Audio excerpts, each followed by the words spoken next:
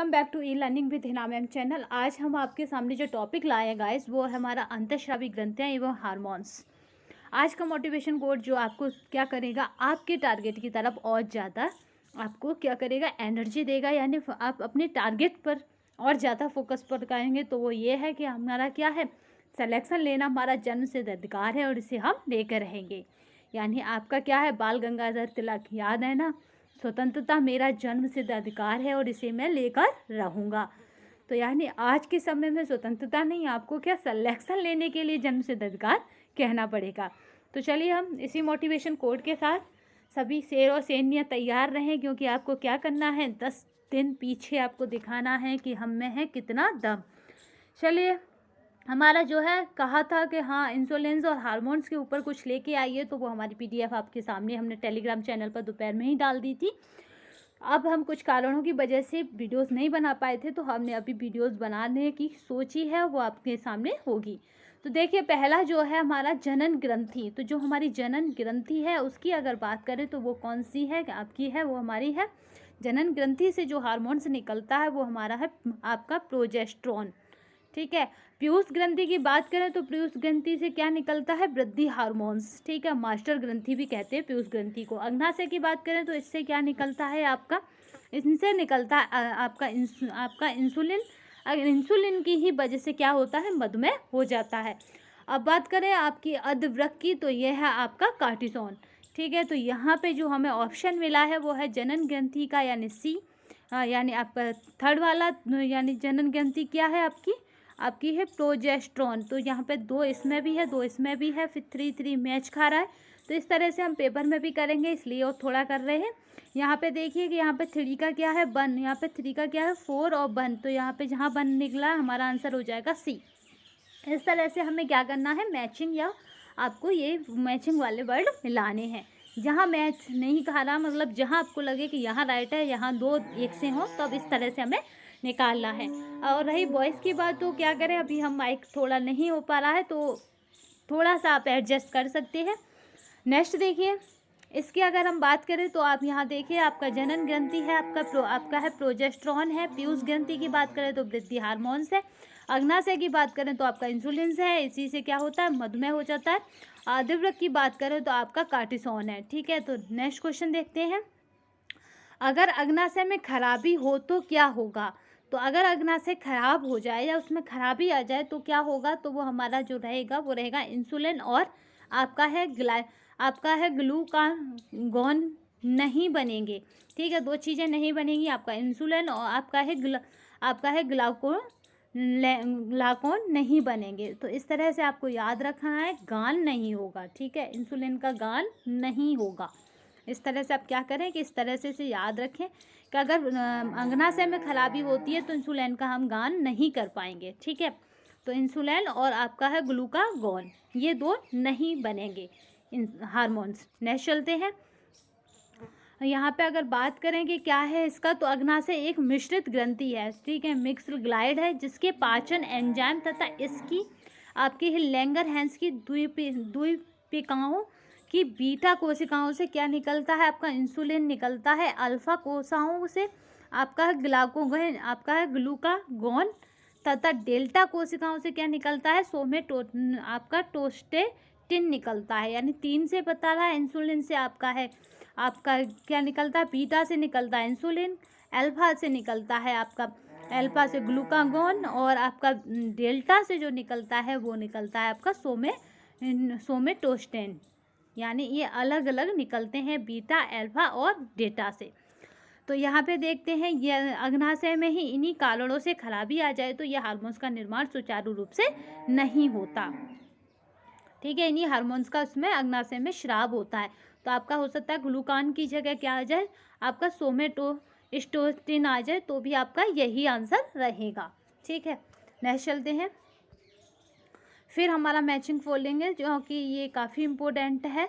तो आपको देखिए, यहाँ हमने अभी पढ़ा ही था कि हमारा क्या है, आपका यहाँ पे बदल गया, हार्मोन्स इधर हैं, अंतःस्रावी ग्रंथियाँ इधर हैं, जहाँ से इन्हें निशाब होता है, निकलती हैं। तो आपकी प्रोजेस्टेरोन कहाँ से है, ये है महिला से, गर्भाशय से निकलती है। आपकी टेस्टोस्टेरोन की बात करें तो जो आपकी टेस्टोस्टेरोन है वो मुख्यतः क्या है, आपकी पुरुष यानी अंडाशय से निकलती है।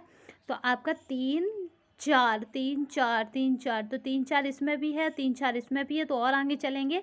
थायरॉक्सिन की बात करें तो आपको याद ही है थायरॉक्सिन क्या करती है, थायराइड निकालती है, क्योंकि ये हमने कई बार रिपीटेशन कर लिया है अपने प्रैक्टिस सेटों में। अब आप बात करते हैं इंसुलिन की। तो अग्नाशय से क्या निकलता है, इंसुलिन निकलता है। तो आपका 3 4 और आपका यहाँ पे हो जाएगा 3 4 1। तो 3 4 1 हमें कहाँ मिल रहा है, 3 4 1 यहाँ मिल रहा है। तो हमारा राइट आंसर जो हो जाएगा वो हमारा हो जाएगा ए। नेक्स्ट चलते हैं। आपका प्रोजेस्टेरोन हार्मोन्स महिलाओं के मासिक धर्म चक्र और गर्भावस्था से संबंधित है, जबकि टेस्टोस्टेरोन मुख्यतः पुरुषों के वीर्य से स्रावित होता है। अगर थायराइड और थायराइड ग्रंथि द्वारा स्रावित होता है, इंसुलिन अग्नाशय द्वारा स्रावित होता है। ठीक है, नेक्स्ट चलते हैं। अग्नाशय को पाचन रस के उत्पादन के लिए उत्तेजित करने वाला हार्मोन्स निम्न में से कौन है। तो पाचन रस के लिए उत्तेजित करना है, आपको पता है कि उत्तेजित करना भी क्या है, अपने आप में मोटिवेशन हो जाता है। कभी बाह्य होता है, कभी आंतरिक भी उत्तेजना होती है। तो यहाँ पे आपने साइकोलॉजी में पढ़ा ही होगा उत्तेजना को। तो अग्नाशय को पाचन रस के उत्पादन के लिए उत्तेजित करना किसका काम है, तो वो हमारा है, ये बहुत इम्पोर्टेंट है, आपका सिक्रेटिन का। ठीक है, टिन क्या करती है, उत्तेजित करती है, इसीलिए रखना कि सिक्रेट होता है वो उत्तेजित करता है। ठीक है, नेक्स्ट देखते हैं। अग्नाशय को पाचन रस के उत्पादन के लिए उत्तेजित करने वाला हार्मोन्स आपका सिक्रेटिन है। यह जठर रस आपकी क्या है, ये गैस्ट्रिक जूस के स्रावण को भी कम करता है। यह संभवतः पित्ताशय के संकुचन को भी प्रेरित करता है। ठीक है, तो विकल्प में क्या है, रेनिन है जो दूध के वियोजन का कार्य करता है, और क्या है विकल्प में आपका ट्रिप्सिन है तथा पेप्सिन है जो प्रोटीन का पाचन करते हैं। ये भी दो ध्यान रखने हैं, ट्रिप्सिन और पेप्सिन क्या करते हैं, पेप्सी पियेंगे आपको क्या होगा, ट्रिक होगा यानी ट्रिप्सिन होगा, पेप्सी पीने से क्या होगा, ट्रिप्सिन होगा। तो ये दोनों क्या करते हैं, प्रोटीन का पाचन करते हैं। नेक्स्ट चलते हैं। मधुसूदनी यानी इंसुलिन अंतःस्रावी है, एक है, तो याद रखना इंसुलिन यानी मधुसूदनी अंतःस्रावी हार्मोन एक। तो क्या है ये, तो आपका है कौन सा है ये, तो ये है आपका है पेप्टाइड। ठीक है, तो पेप्टाइड है, इसका डिटेल देख लेते हैं।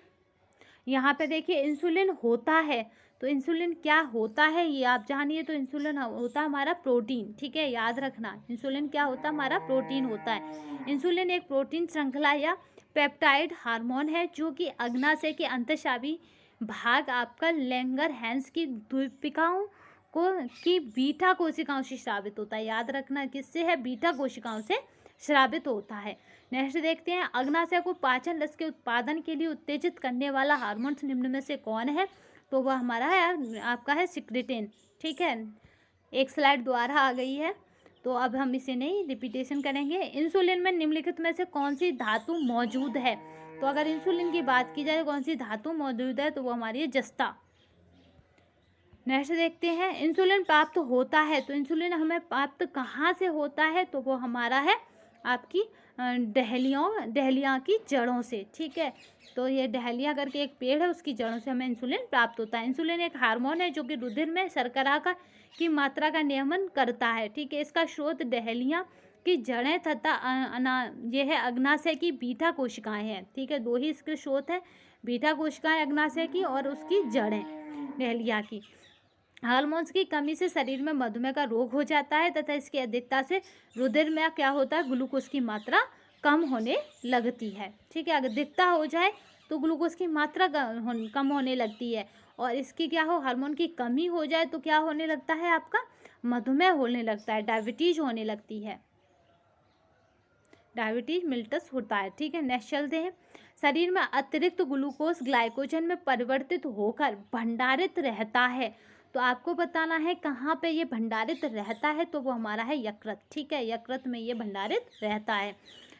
मानव शरीर की सबसे बड़ी ग्रंथि क्या है, यकृत है, जिसका प्रमुख कार्य रक्त में उपस्थित अतिरिक्त ग्लूकोज को ग्लाइकोजन के रूप में परिवर्तित करके संचित करना है।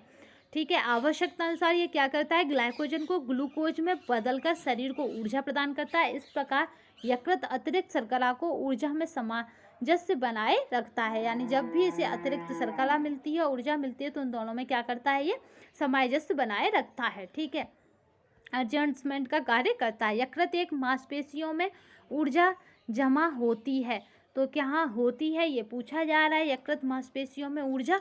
तो यहाँ पे जो हमारा रहेगा राइट आंसर,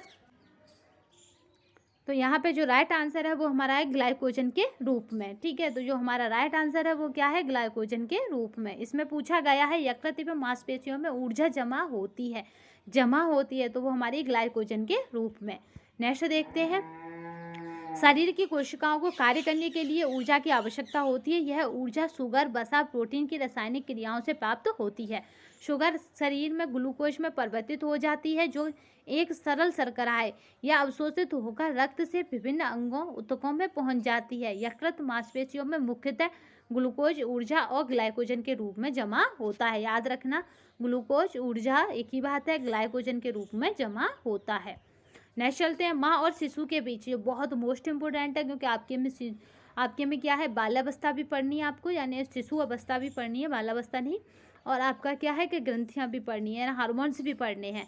तो यहाँ पे देखते हैं कि माँ और शिशु के बीच गले लगाना, जो चूमना, निम्न हार्मोन्स में से किसके मोचन को प्रेरित करता है। ये क्वेश्चन हो सकता है टपक जाए, क्योंकि संभावना अधिक है। तो कौन सा हार्मोन्स है जो इन दोनों के रिश्तों को क्या करता है, और ज़्यादा प्रेरित करता है।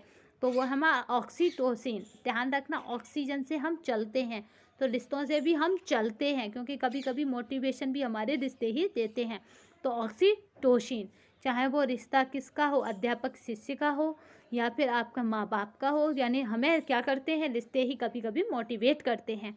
ठीक है, आपके माँ बाप को लगना चाहिए कि उन्होंने किसको पाला है, आप हमें कमेंट बॉक्स में बताएंगे। ठीक है, नेक्स्ट देखते हैं, माँ और शिशु के बीच गले लगना या चूमना या तथा शिशु को देखभाल अर्थात वात्सल्य की तथा मैथुन के समय भोग विलास की भावनाओं को ऑक्सीटोसिन नामक हार्मोन्स बढ़ाता है। याद रखना, यहाँ पे देखिए ऑक्सीटोसिन ओटी।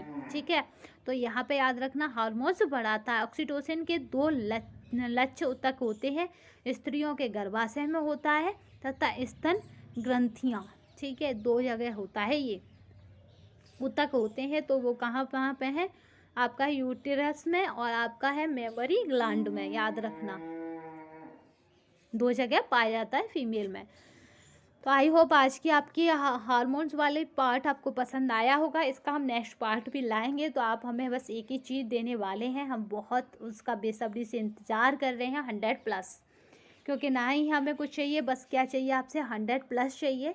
हाँ, मेरे प्रैक्टिस सेट आ रहे हैं, बट कुछ रीजन था, तो बस प्रैक्टिस सेट जो होगा वो मैं इस बार आंसर के साथ डालूंगी, जिससे कि मैं जब प्रैक्टिस कराऊँ उसी टाइम ही आपको कोई कन्फ्यूजन ना रहे, क्योंकि एग्जाम टाइम में कोई भी कन्फ्यूजन लेकर आप ना जाएं। जिसको भी लगता है कि हाँ इस पहले प्रैक्टिस सेट में कन्फ्यूजन है, तो उस क्वेश्चन का नंबर डालिए, क्वेश्चन नंबर प्लस फिर पूछिए कि इसका BS सही है हमारी तरफ से, तो फिर हम उसका एक्सप्लेन देंगे।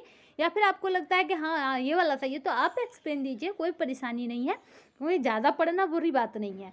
तो आप खुद में एक्सप्लेन दे सकते हैं, या कोई आपको लगता होगा हाँ गूगल इस तरह का दिखा रहा है, तो आप दे सकते हैं, कोई परेशानी नहीं है। क्योंकि कोई भी कंटेंट हो, कोई भी कुछ भी तथ्य हो, कुछ भी मैटर हो, वो सब हम लोगों ने यहाँ आके गेन किया है। ठीक है, हम ऊपर से लेकर नहीं आए हैं, इस बात का हमेशा ध्यान रखना। तो हो सकता है कि हाँ वो गलत हो, तो आप खुद से डालिए, तो कोई परेशानी नहीं है। पर एग्जाम में आप किसी भी कन्फ्यूजन को लेके ना जाएं। अब जो प्रैक्टिस सेट आएंगे वो इसीलिए आंसर के साथ आएंगे कि कोई भी एग्जाम में अपने साथ कन्फ्यूजन लेकर ना जाए। ठीक है, तो अपना ध्यान रखिए और होम साइंस से जुड़े रहिएगा, और 100+ को ना भूलिएगा। कुछ भी भूल जाना, पर 100+ मत भूलना। बस एक ही, आप कुछ भी मानिए मेरी तरफ से, पर एक ही बस कहना है मेरा कि आप 100+ को मत भूलिएगा। चाहे हमें भूल जाना, बट 100+ को मत भूलना, क्योंकि ये आपकी ज़िंदगी को बदलने वाला है 100+। तो आप कुछ भी भूल जाओ, हमें भी भूल जाओ, और किसी को, सबको भूल जाओ, बट 100+ को मत भूलना। ये रिक्वेस्ट समझो, अपनी बहन की प्रार्थना समझो, या कहो एक ऑर्डर समझो, कुछ भी समझो। तो आज के लिए बस इतना ही। जय हिंद, जय भारत।